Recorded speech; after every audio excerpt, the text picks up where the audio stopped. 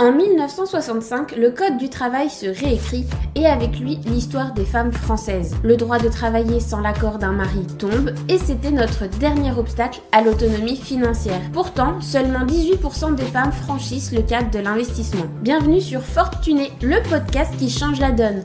Je suis Marion, ton hôte pour ce podcast. J'ai fait mon premier investissement à l'âge de 23 ans et je ne compte pas m'arrêter là. Et toi, es-tu prête à rejoindre le mouvement ?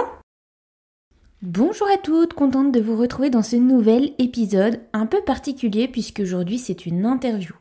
Aujourd'hui vous allez rencontrer Justine qui est à la fois entrepreneur et investisseuse. Elle n'a que 25 ans et pourtant elle s'est lancée un défi immense que d'investir en immobilier en Outre-mer. C'est le projet de sa vie, l'investissement de sa vie comme elle vous l'expliquera et c'est d'ailleurs très smart de sa part. Bien évidemment, y avoir accès n'aura pas été facile et bien d'autres galères se dresseront sur son chemin, on n'en doute pas. Mais d'ici 2 ans, Justine se sera créé un investissement qui lui permettra de faire ce qu'elle veut de sa vie. Travailler, voyager, partir en vacances, chérir ses proches, tout sera possible. Alors je vous laisse écouter cette interview en espérant qu'elle arrive à vous convaincre que rêver grand, c'est possible et que ça n'a pas d'âge. Alors ouvrez bien vos oreilles, installez-vous confortablement et surtout, montez le son. Bonjour Justine, merci d'avoir accepté l'interview. Salut Marion, je suis trop heureuse d'être là. Alors Justine, c'est un peu particulier, tu as 25 ans il me semble. Ouais, c'est ça. Tu as déjà une entreprise. Oui. Et là, tu te lances dans un fameux investissement immobilier dont tu vas nous raconter l'histoire. Exactement. Est-ce que tu pourrais te présenter un petit peu pour que nos auditrices comprennent un peu ton parcours et qui tu es ? Pas de problème. Donc moi c'est Justine, j'ai donc 25 ans. Ça fait 2 ans que je suis entrepreneur à mon compte en tant que coach sportive et nutrition. Et cette année je lance un accompagnement beaucoup plus complet et qui vient agir sur chacun des aspects de la vie d'une femme. Et à côté de ça, j'ai fait des études d'ingénieur dans le BTP. Voilà. Donc rien à voir. Rien à voir, mais en fait, la nutrition et le sport, ça a toujours été ma passion, ça a toujours fait partie de ma vie. Et en fait, j'ai commencé à aider un petit peu des copines autour de moi. Je me suis dit, mais en fait, je vais me professionnaliser. J'ai passé une certification et j'ai commencé à me lancer à mon compte. Et aujourd'hui, j'ai aidé des centaines de femmes. Donc voilà, très heureuse pour ça. Donc aujourd'hui, on peut dire que à 25 ans, tu as déjà fait une reconversion ou le côté ingénieur, il est toujours là? Alors, le côté ingénieur, il est toujours là. Aujourd'hui, je suis encore en CDI en tant qu'ingénieur, mais à côté, j'ai donc mon auto-entreprise. Donc, c'est pas vraiment une reconversion, mais à terme, j'aimerais que ce soit à 100%. Et aussi, d'où l'intérêt de faire cet investissement immobilier qui me permettra de pouvoir vivre à 100% aussi de mon activité. Ok. Et qu'est-ce qui t'a poussé à aller vers le sport et la nutrition ? Est-ce que c'était un hobby, une passion de ton côté ? D'où ça te vient en fait ? Vraiment, ouais, c'est ça. C'est une passion. Je pense aussi, forcément, ça vient aussi de... je pense qu'on a envie d'aider les autres sur ce que nous, on a traversé. Donc, je suis passée par plein de phases différentes par rapport à mon corps, par rapport à l'alimentation. Et l'idée, c'est j'ai pas envie que les jeunes femmes, surtout, reproduisent ces mêmes erreurs. Donc c'est les aider à traverser ces étapes-là qui ne sont pas forcément faciles, en leur donnant toutes les clés, en étant bienveillante. Voilà. Ok. Et alors, pour avoir aussi monté mon cabinet libéral direct après les études, je sais que la famille n'est pas toujours là quand on veut se lancer en tant qu'indépendante aussi jeune. Comment a réagi la tienne quand tu leur as dit « Non, mais en fait, j'ai fait une école d'ingénieur BTP et là, je vais faire un business en ligne de coach sportif et nutrition. » Comment ça se passe ? Écoute, je me suis un peu lancée sans vraiment trop en parler puisque le fait aussi que j'ai toujours gardé un CDI à côté, ça rassure la famille. Mais alors, je dois dire que même encore aujourd'hui, alors que j'en dégage un salaire qui pourrait totalement me convenir, il y a encore des remarques de toute façon, ça c'est un truc à côté, ou de toute façon, ça c'est un truc qui ne durera pas. C'est un petit truc, quoi. C'est ton petit business, quoi. Exactement. Donc, c'est pas forcément pris au sérieux, mais en même temps, je sens quand même qu'il y a quand même du soutien de la part de ma famille. Ok. Et tu penses que si tu avais complètement bifurqué, que ça passait en activité principale et que tu laissais ton CDI, tu vois aujourd'hui que ça coincerait ou tu as réussi à les rassurer parce que ça fait 2 ans que tu joues un peu sur les 2 tableaux? Alors, je pense qu'il faudrait vraiment que j'arrive à avoir un sacré salaire avec pour pouvoir les rassurer. Mais oui, si je passais du jour au lendemain, là, ils me diraient mais qu'est-ce que tu fais? T'as fait une école, t'as un bac+5. Ouais, il y aurait un petit peu de ça, je pense. Ouais, je m'en doute. Et si jamais tu faisais un sacré salaire, comme tu dis, tu penses que ça suffirait et que tu en parlerais? Tu l'afficherais à ta famille? À ma famille, oui. Ouais. À ma famille, oui. J'ai aucun problème à parler d'argent avec ma famille. Je suis très ouverte là-dessus. Eux aussi sont très ouverts là-dessus. Donc, il n'y a pas de problème d'afficher des chiffres ou quoi. Au contraire, dès que j'ai des nouveaux paliers, que je suis contente, j'ai une nouvelle cliente, j'ai ça. Au contraire, je suis la première à aller leur dire. Et donc, il n'y a pas du tout de tabou autour de l'argent. Ok, on a enfin trouvé une famille où il n'y a pas de tabou autour de l'argent. Ça veut dire que ta famille, dans ton enfance, vous avez eu des périodes compliquées où l'argent, ça a toujours été ok, ça n'a jamais été source de préoccupation, jamais de tabou? Alors, moi, en tant qu'enfant, j'ai jamais ressenti de manque ou quoi. Mais en fait, en tant qu'enfant, justement, j'ai vu une ascension de mes parents qui sont partis de rien et qui sont arrivés à un niveau de vie aujourd'hui très confortable. Et pour moi, en fait, ça, c'est source de motivation énorme. Donc, voilà, mes parents, ils étaient en HLM au début de leur vie, de leur jeune vie de jeunes mariés, etc. Et en fait, j'ai vu leur progression et ça m'a vraiment motivée à me dire « Ah, ok, on peut partir de rien et faire un truc incroyable. » Donc, c'est plutôt comme ça que j'ai vécu un petit peu ma relation à l'argent et voilà, au travail de manière générale. Super. Donc oui, le fait que toi, tu construises autre chose à côté, ça leur parle parce qu'en fait, c'est un parcours qu'ils ont un peu fait. Ouais. Mais comme tu es quand même leur fille, ils veulent un minimum de sécurité pour toi. Ça a du sens. Est-ce que tu as un souvenir en particulier lié à ton enfance autour de l'argent, qui soit positif ou négatif? Alors, faut que je réfléchisse. Encore une fois, je pense que c'est pas vraiment un souvenir particulier, c'est cette ambiance j'ai une valeur travail qui est très forte et courage. Donc pour moi, c'est pas un moment précis, mais c'est une ambiance générale c'est très bien de gagner sa vie, mais il faut travailler faut être courageux, ça demande des efforts. Donc c'est un peu une ambiance générale. Oui. Ouais. C'est drôle, je pense qu'on a eu un peu les mêmes parents sur ça. Okay. Le côté travail, si tu es courageuse, tu trouveras toujours du travail, tu t'en sortiras toujours très bien dans la vie. Ouais. Et le côté ascension, pareil, moi de mon côté, j'ai vu ma maman commencer sur des jobs classiques et arriver à des salaires assez imposants. Et ça impose quand même un peu le respect et la motivation de se dire « Ouais, mais moi aussi, en fait, je vais le faire. » Complètement. Et c'est très inspirant ce que tu dis parce qu'il y a une personne que je déteste, que je ne peux pas voir en peinture, mais je pense qu'elle ne verra pas cette vidéo, alors ça ira. Elle dit quand même quelque chose de très juste. Je comprends que tu veuilles faire beaucoup d'investissements, que tu veuilles aller très vite et grossir très vite, mais n'oublie pas qu'aujourd'hui tu n'as pas d'enfant et que ce serait très intéressant pour lui ou elle de se rendre compte de ton ascension pour son propre éducation. J'avoue. Ouais. Uniquement sur ça, il avait raison. Ok, alors là maintenant, comment ils ont réagi quand tu leur as dit que tu allais te lancer dans l'investissement immobilier? Et pour le contexte, Justine, elle ne fait pas les choses à moitié. Elle n'a pas juste décidé d'acheter un appartement et de le mettre en location. Elle s'est dit, tiens, je vais aller à Saint-Barth. Donc, pour ceux qui ne connaissent pas, c'est aux Antilles, proche de la Guadeloupe. Donc, c'est en Outre-mer. Elle va faire construire, elle ne va pas du tout acheter. Et elle investit en solo. Ouais. Voilà. Et elle s'en va dans 2 mois. C'est ça. Pour suivre les travaux. Ouais. Comment la famille réagit?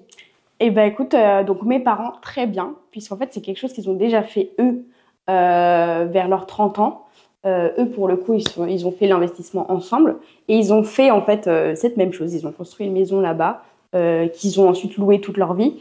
Donc très bien, en fait, c'est quelque chose qu'ils ont fait eux-mêmes, qu'ils connaissent. Donc, au contraire, c'est mes premiers supporters dans ça. J'ai la chance aussi d'avoir un papa qui est dans le BTP aussi, qui a d'énormes connaissances et qui m'aide absolument sur toutes les phases de la construction. Donc, voilà, mes parents ont très très bien réagi et sont encore une fois voilà, mes premiers supporters. Et après, ça va être un peu plus la famille moins proche. Par exemple, rien que mes grands-parents qui sont en France, eux, c'est plus bah non, c'est risqué. En plus, seule, justement, où ma petite fille s'en va, c'est un peu l'affectif qui parle aussi. Mais voilà, globalement, plutôt bien. Ok, oui, mais ça se comprend, ils l'ont déjà fait avant toi. Et du coup, est-ce que tu as suivi une sorte de formation ou c'est eux qui t'ont tout transmis et aidé pour ce projet ou tu as fait ça en solo? Bah, beaucoup eux, hein. Beaucoup eux. Puis après, en fait, j'apprends vraiment au fil de l'eau, quoi. Vraiment, c'est un peu ça, au fil de l'eau. Alors, pour avoir été voir le banquier, avec un bon salaire, profession médicale et tout, quand je suis arrivée pour leur dire, bah là, en fait, les gars, je vais investir, je vais acheter un appart. Franchement, parcours du combattant. Alors là, j'imagine la tête de ton banquier quand tu as dit « Salut, moi, je vais en Outre-mer, je vais construire une maison, j'ai 25 ans, j'investis solo, je suis indépendante. » Du coup, maintenant, je comprends qu'il y a aussi le CDI, donc quelque part, ça aurait pu, dans ce cas-là, jouer en ta faveur. Parce qu'on rappelle, hein, pour celles qui ne savent pas, être indépendante, c'est pas sexy pour les banques. Comment il a réagi? Est-ce que t'as eu des complications ou est-ce que ça a été facile de trouver ton prêt? Alors, oui et non. Tu as fait un prêt. Oui, j'ai fait un prêt. Donc, je suis allée voir les banques en France. Déjà, ma banque dans laquelle je suis depuis toujours. Alors, pour faire court, ils ont dit qu'ils pouvaient me prêter 40 000 euros. Qu'est-ce qu'on fait avec 40 000 euros? Rien. Donc, ils étaient tellement pas ouverts au projet. En plus, c'est un projet dont je leur parlais depuis mes 20 ans parce que je savais que je voulais faire ça. J'attendais juste de finir mes études et d'avoir effectivement un CDI. Et donc, en France, c'était même pas la peine. Et puis, ils sont tellement loin des connaissances de OK, à quel prix on peut louer ces genres de maisons, etc. Ils sont tellement loin de ça que pour eux, c'est un projet qui paraît faramineux et que c'est impossible à faire. C'est lunaire, quoi. Voilà. Donc, je suis allée directement à Saint-Barthélemy pour démarcher, en l'occurrence, une banque. Voilà. Et là, je suis tombée sur une banquière hyper investie dans mon projet. Voilà, elle-même, elle me disait, mais ça, c'est un projet qui peut changer ta vie. Donc, moi, je vais t'accompagner là-dedans. On fera tout pour. On a été un petit peu au taquet de tout ce qui était possible. Voilà, parce que les banquiers vont vous dire, bah, non, c'est 33% de taux d'endettement ou 30%, c'est tout. C'est faux.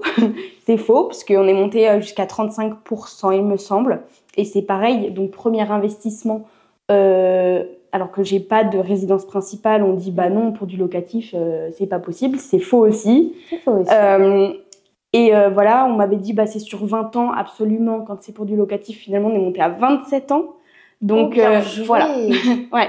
Ah oui, parce que même moi, en négociant, j'ai réussi à avoir les 25 ans officiels, mais pas les 27. Ouais, mais ça, c'est grâce à ma banquière. Hein. Moi, j'ai pas vraiment fait grand-chose. Elle a vraiment compris que mon projet, c'était un truc qui me tenait à cœur. Elle sait que c'est quelque chose qui peut changer littéralement ma vie. Donc, c'est plutôt elle que je remercie et qui a été se battre pour moi, pour décrocher ça. Donc, voilà. Génial. Bah, si jamais elle passe par là, on l'embrasse très fort parce qu'effectivement, elle va changer une vie. Ouais, c'est clair. C'est génial d'avoir pu trouver une banquière autant investie. C'est assez incroyable, donc tant mieux. Vraiment. À la fois un bon coup de chance, mais en même temps, j'imagine que ton dossier devait être béton, que tu savais ce que tu faisais, que tu avais bien fait tes calculs. 35%, c'est pas déconnant. Hein. Ouais. On sait que les banquiers peuvent le faire quand ils en ont envie. Ouais, c'est sûr. Ouais. Petite question, mais je pense avoir la réponse. Tu dis, depuis tes 20 ans, tu avais ce projet. Ouais. Est-ce que tu as créé ton entreprise en ligne dans l'objectif d'un jour pouvoir être mobile, donc presque digital nomade, pour faire ce projet et bouger avec plus de facilité, ou ça n'a vraiment aucun lien et c'est un merveilleux hasard? C'est une très bonne question parce que je pense que au moment où j'ai créé mon entreprise, etc., je me suis pas vraiment posé la question. Mais au fur et à mesure de voir que je pouvais travailler partout, cette idée c'est vraiment ancré de dire ah ouais, en fait c'est ça que je veux. Je veux pouvoir être libre géographiquement et oui, ça se complète super bien avec mon projet. Mais c'était pas vraiment réfléchi. C'était pas vraiment fait pour ça. Et qu'est-ce qu'il en pense, ton chéri? Parce que t'es en couple et lui aussi bouge dans 2 mois pour suivre la construction et emménager tous les deux à Saint-Barth. Comment c'est possible? J'ai la chance d'avoir un chéri qui est super, qui est pour le coup mon supporter numéro 1 dans tout ce que je fais, que ce soit tous mes projets. Il est toujours là au quotidien pour moi. Donc, et lui aussi est vraiment dans cette démarche de bien gagner sa vie, d'être libre financièrement. On est vraiment focus tous les deux là-dessus. Donc pour lui, ça lui paraît normal de m'accompagner dans ça. Surtout que en fait, ce sera finalement une opportunité aussi pour lui d'aller là-bas, de rencontrer de nouveaux contacts, d'essayer de développer des choses aussi de son côté. Donc non, il est super heureux et il m'encourage absolument dans ça, quoi. Et pourquoi ce choix d'investir solo? Puisque visiblement, il te soutient vachement, vous partez tous les deux. Quelque part, il prend d'énormes risques, il a peut-être moins de retour sur investissement puisqu'il ne vient pas faire cet investissement-là avec toi. Pourquoi ce choix d'investir solo et pas à deux? Clairement, c'est parce que ça a toujours été mon rêve. Ça, c'est mon rêve à moi. Et c'est hyper fort pour moi parce que voilà, comme je suis originaire de là-bas, c'est fort pour moi de me dire ok, j'ai ma propriété là-bas, ça m'appartient. Et aussi forcément cette volonté aussi de dire ok, moi j'en suis capable seule et de montrer aux gens que on peut être une femme seule et faire des projets. Et j'ai pas envie que ça retombe sur du c'est parce que ton compagnon il gagne de l'argent donc voilà, c'est lui qui a mené le truc. Non, je l'ai fait toute seule, j'ai réussi toute seule et voilà, c'est vraiment ce qui m'anime profondément et pourquoi je le fais seule. Ouais, c'est ton rêve à toi et en plus de ça, c'est pas parce qu'on est une femme qu'on a besoin d'être entretenue par nos chéris. Waouh, super. Écoute, est-ce que tu nous expliquerais un peu ce que tu as prévu de faire avec cet investissement? Parce que tu fais construire, mais en fait, c'est pas pour toi. Tu vas le mettre en location. C'est ça. Mais une location un peu spéciale. Fais-nous rêver. De base, je me disais, ok, est-ce que je vais le louer à l'année, comme mes parents l'ont toujours fait mais en fait, le problème, c'est qu'ils ont une maison, mais en fait, ils peuvent quasiment pas y aller parce qu'il y a toujours un locataire qui est dedans à l'année. C'est un peu dommage quand on va en vacances, de pas être dans sa propre maison. Donc ça, je suis un peu partie aussi avec la banquière sur cette première idée et on s'est très vite rendu compte que les revenus locatifs par mois de quelqu'un qui est là à l'année, c'est très, très vite limité. Donc, elle m'a dit, de toute façon, là, il n'y aura pas le choix, il faudra passer en Airbnb pour pouvoir faire plus de revenus. Donc, voilà, je me suis orientée là-dessus pour ça. Et finalement, effectivement, je me suis dit, trop bien comme ça, dès qu'on y va en vacances, on pourra voir la maison. Voilà, donc l'idée, c'est de faire du Airbnb. Pour m'être lancée aussi côté Airbnb, puis finalement, j'ai changé mes plans. Je sais que ça représente énormément de gestion. Est-ce que c'est toi qui as prévu d'en faire la gestion? Est-ce que tu vas déléguer? Est-ce que si jamais tu changes d'avis et que tu ne mets pas ta maison en location courte durée, donc Airbnb, est-ce que si tu mets quelqu'un à l'année, t'es rentable, ça s'autofinance? Ou est-ce que le Airbnb, c'est un peu le choix de oui, mais pour rembourser cette mensualité, quelque part, j'ai pas le choix? Alors, je pourrais le louer à l'année pour que ça s'autofinance complètement, même faire une petite marge dessus. Super. Mais voilà, mon but aussi, c'est de dégager quasiment un salaire avec. Donc, voilà l'idée de faire du Airbnb. Et du coup, la gestion, c'est toi qui vas gérer ou est-ce que tu fais appel à une agence qui fait tout et quelque part, t'en entends pas trop parler, ça génère de l'argent tout seul. En contrepartie, t'as des frais de gestion. Donc je pense que en gros les 2 premiers mois, une fois que la construction est finie, je vais rester sur place pour moi déjà lancer le truc, commencer à accueillir des premiers voyageurs, etc. Pour avoir quelques premiers avis, tout ça, pour moi lancer le truc et aussi se faire un petit peu de revenus pour pouvoir justement après déléguer. J'aimerais bien trouver quelqu'un qui a son compte et qui fait ça d'elle-même, encore mieux une femme. Mais parce que les agences, là-bas, il y a beaucoup d'agences IMO qui font de la conciergerie, mais je pense qu'ils prennent des pourcentages énormes. Et ça peut très vite monter. Donc, j'aimerais bien trouver quelqu'un qui s'en occupe. Et moi, après, je pourrais être dans le monde entier et ne pas m'en occuper. Ouais, carrément. À terme, c'est ça. Est-ce que là, comme ça, tu te souviens, c'était pas forcément prévu, mais ça m'intéresse de savoir quel est un peu le pourcentage ou la fourchette de pourcentage que prennent les sociétés de gestion de conciergerie là-bas? Je sais Pas trop, mais je pense qu'on est à 20% facilement, je pense. Ouais, ok, c'est comme ici alors. Ouais, moi aussi, au bout d'un moment, je m'étais dit, non, mais en fait, la gestion, j'oublie. Ça coûte trop cher. Et en fait, ça faisait même que certains projets ne sont plus rentables à cause des frais de gestion qui sont très importants, puisque c'est pas des forfaits fixes. Donc, même si tu augmentes le prix de tes nuits ou qu'il y a des gros événements qui font que tu fais plus rentrer de CA, bah, en fait, la société de gestion fait le même travail pour plus cher. Et du coup, tu gagnes pas plus que ça. Ouais.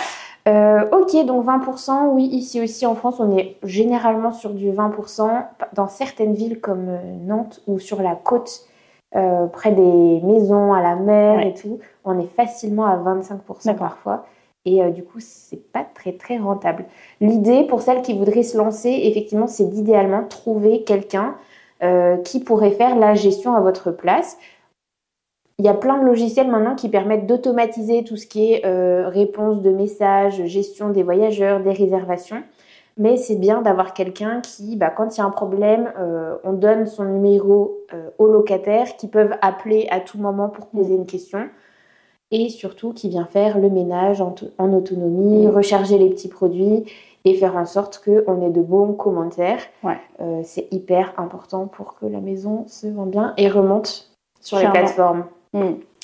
Ok, donc parlons un peu chiffres maintenant.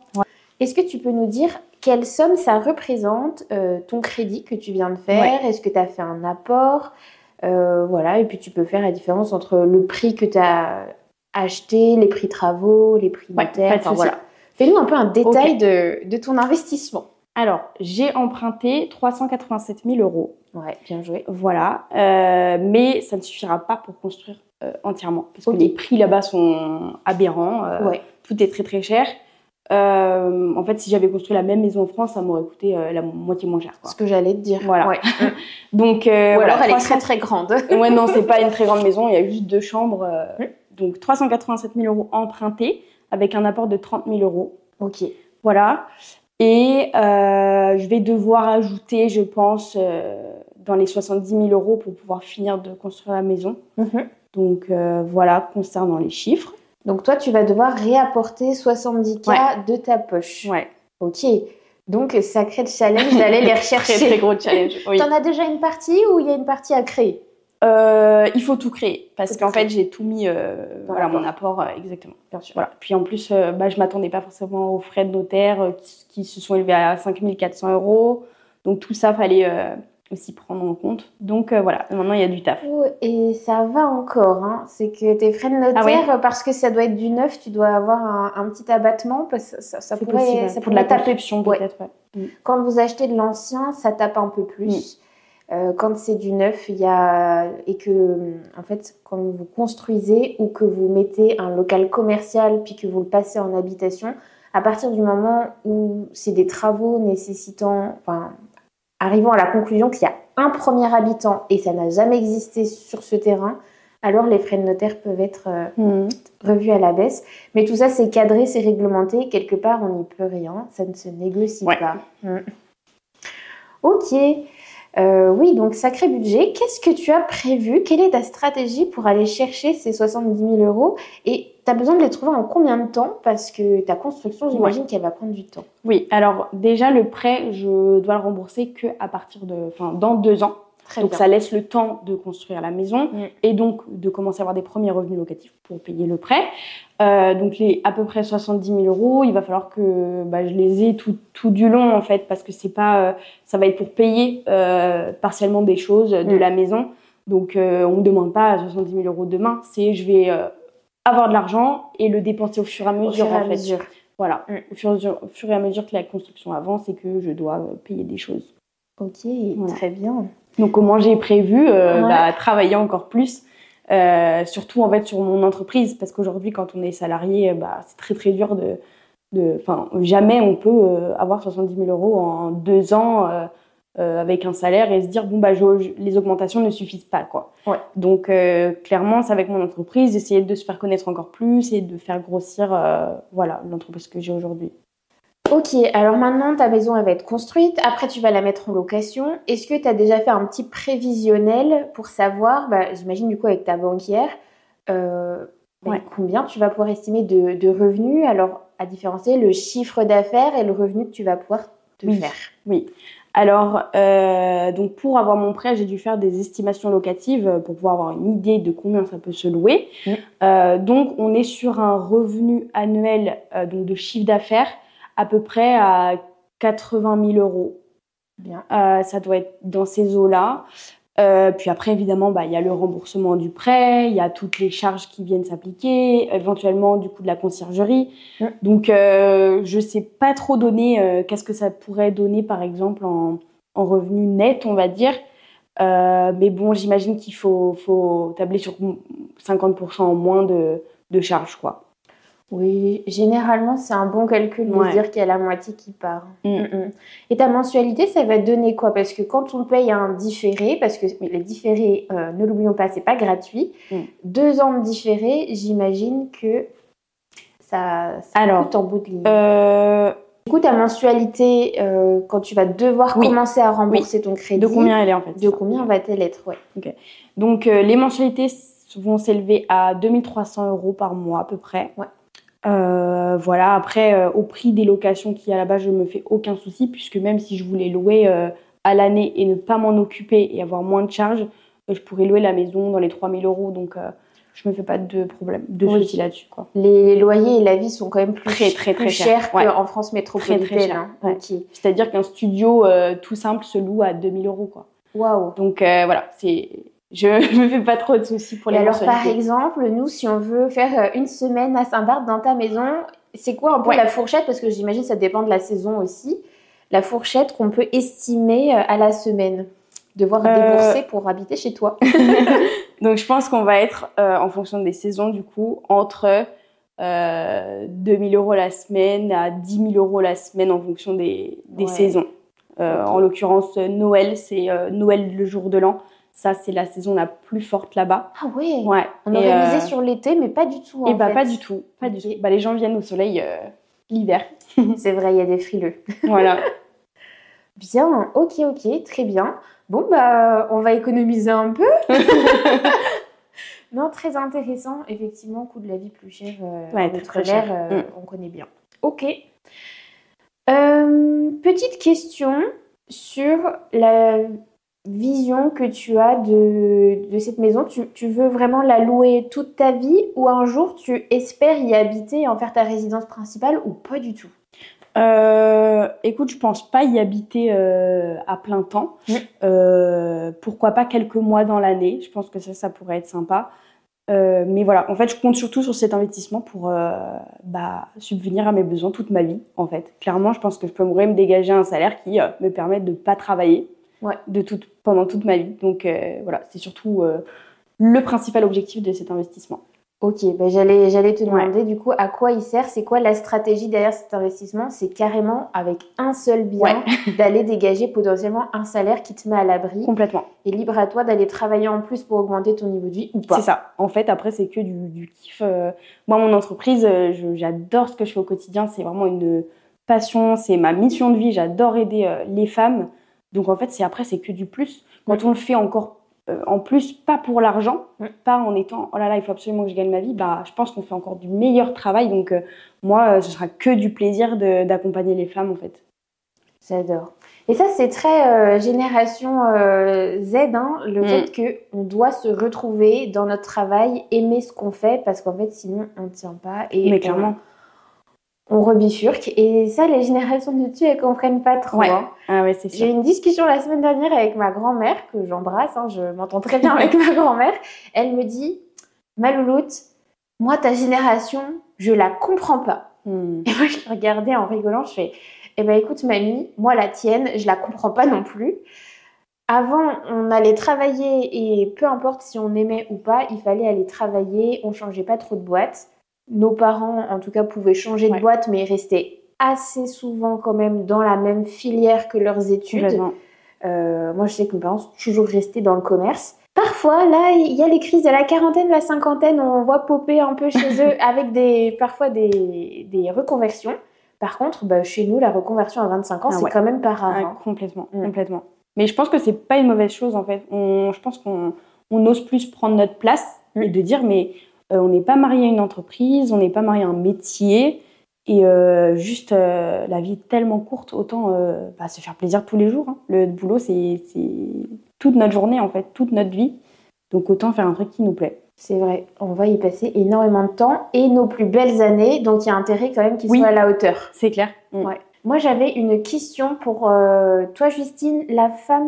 Quelle est la femme que tu aimerais être dans 5 ans, 10 ans, 20 ans?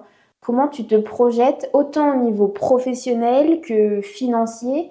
C'est quoi la femme dont tu rêves être? Ok, c'est une trop bonne question, j'adore ça. Et c'est un exercice que je fais souvent parce que ça aide à se projeter. Et ça peut changer. Oui, complètement. Donc, je dirais dans 5 ans, en tout cas, j'espère pouvoir vivre entièrement de ma location. Mais toujours continuer avec mon entreprise et du coup ne plus avoir de CDI à côté. Ouais. Et de voyager partout dans le monde, d'être complètement libre de mes horaires, de ma localisation et de me dire j'habite à tel endroit, demain j'ai envie de voir ma famille, j'y vais, je me pose pas de questions. Donc un peu voilà comment j'imagine ma vie et voilà de pouvoir faire tout ce que je veux, pouvoir passer surtout voilà du temps avec mes proches, pouvoir faire toutes les activités que j'ai envie de faire sans me poser de questions aussi sur l'argent. Donc voilà. Indépendance financière et géolocalisation complètement libre dans 5 ans, donc court. Oui. Donc effectivement, là, tu vas passer 5 années, on va dire, de charbon. Complètement. Et c'est quoi, du coup, la femme dans 10-20 ans? C'est la même que dans 5 ans? Oui, je pense que c'est la même. Ouais. Et peut-être que je voudrais un peu ralentir aussi sur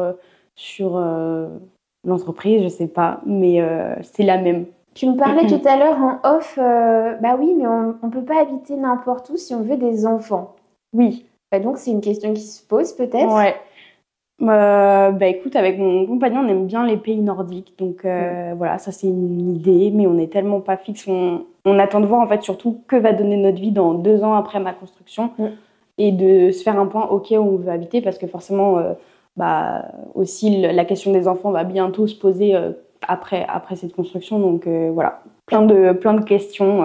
T'as pas trop de pression sociale sur ce niveau-là? Non, du tout. J'en profite de bifurquer un peu puisqu'on s'adresse essentiellement aux femmes et j'avoue que quand on est entrepreneur, qu'on a sa propre entreprise, donc on travaille beaucoup dedans, de toute façon on n'a pas le choix parce que sinon c'est ça où on retrouve un travail salarié. En plus, investissement, clairement la question d'avoir un enfant, sachant le budget que ça représente, va pas se poser tout de suite. Elle n'est pas maintenant du tout, quoi. Elle est pas... Et donc, on arrive sur des âges où on va commencer à te demander « Ah, est-ce que tu es enceinte? C'est pour quand? Et machin et ceci. » Est-ce que tu as déjà ce genre de questions ou ça va, on te laisse tranquille? On me laisse très tranquille. J'ai déjà eu quelques petites remarques plutôt de mes grands-parents. Ce serait bien... Mais c'est très soft pour le moment. Et puis ça va, on me laisse plutôt tranquille avec ce truc d'entrepreneuriat, d'investissement. Voilà, tout le monde sait que c'est pas le moment et que ça demande de l'investissement, de temps, d'efforts, etc. Donc ça va, on me laisse plutôt tranquille.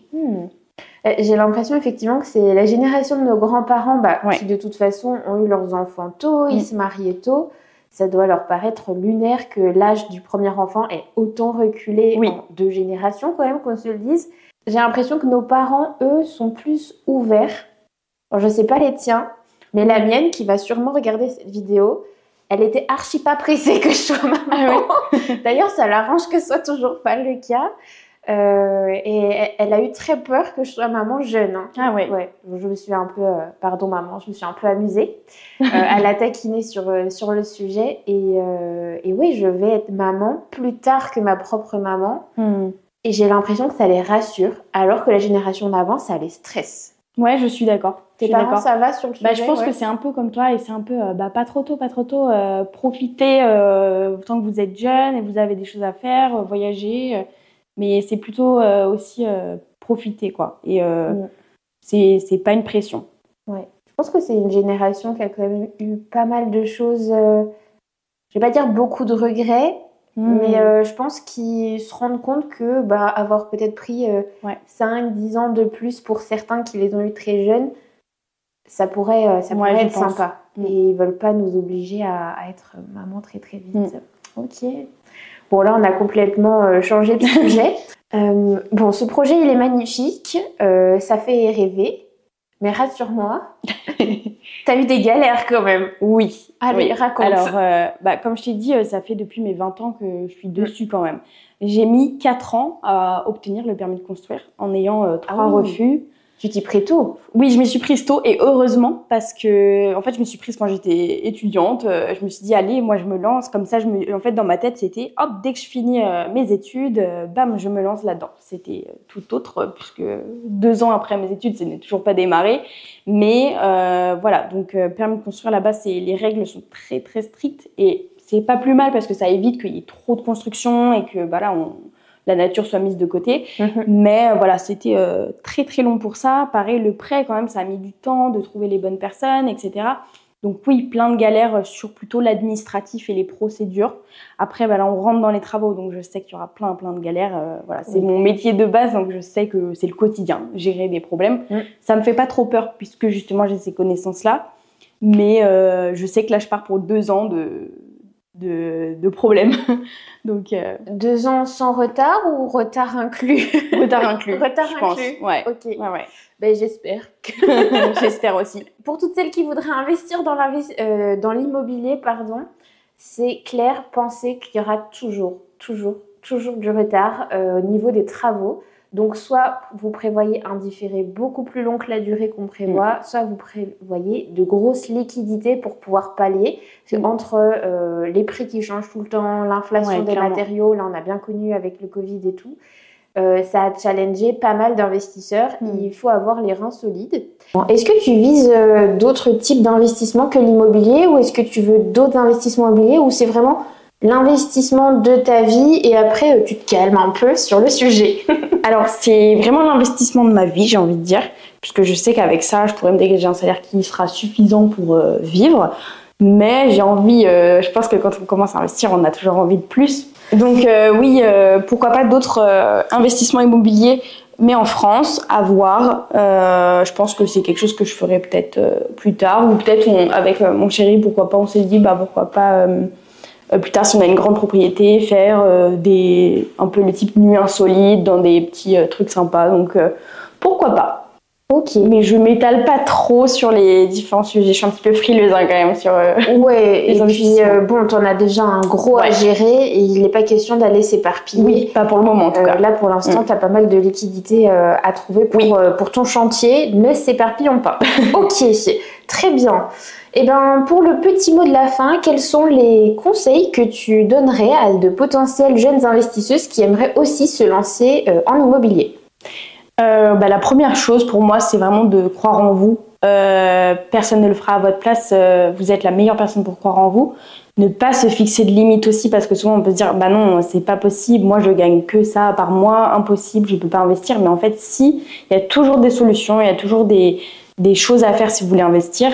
Et en fait, aussi voir l'argent pas comme la fin en soi, mais comme un moyen qui vous permet d'avoir la vie dont vous avez envie. C'est pas gagner de l'argent pour être riche et voilà, je gagne de l'argent. Et en plus, on n'a pas besoin de gagner des milliers et des milliers pour bien vivre, mais c'est juste voir l'argent comme un moyen qui vous amène à la vie dont vous rêvez. Donc moi, c'est plutôt un conseil mindset et de garder espoir et de croire en soi. Petite question pour finir, le podcast s'appelle Fortuné. Ouais. Pour toi, c'est quoi être fortuné, justement? Bon, ça résonne beaucoup avec la femme, être une femme forte pour le coup. Pour moi, c'est être capable en fait de gagner sa vie, de gagner de l'argent. C'est quelque chose qui dérange beaucoup et encore plus chez les femmes. Donc pour moi, être fortunée, c'est avoir justement brisé ses chaînes, être sortie du moule dans lequel on veut nous mettre. Et voilà, et juste suivre vos rêves et être forte, courageuse, réaliser vos rêves. Ok, et écoute, merci Justine. Merci. Où est-ce qu'on peut te retrouver? Alors, on peut me retrouver sur Instagram, c'est justine.coaching. Donc, je vous invite vraiment à me suivre. Vraiment, en fait, j'aborde tellement tous les sujets et de plus en plus des sujets mindset, développement personnel, argent aussi. Un peu tous les aspects de votre vie. Si vous souhaitez vous sentir mieux, que ce soit dans la tête ou dans votre corps, je suis là. Et je vais aussi bientôt me lancer et être un peu plus présente sur YouTube, notamment partager un petit peu l'avancée de ma construction. Donc si ça vous a intéressé, n'hésitez pas à aller suivre les vlogs. Génial. Ah bah ça aussi, ça va être hyper intéressant. Ouais. Et puis on se retrouve pour un prochain épisode. Bye!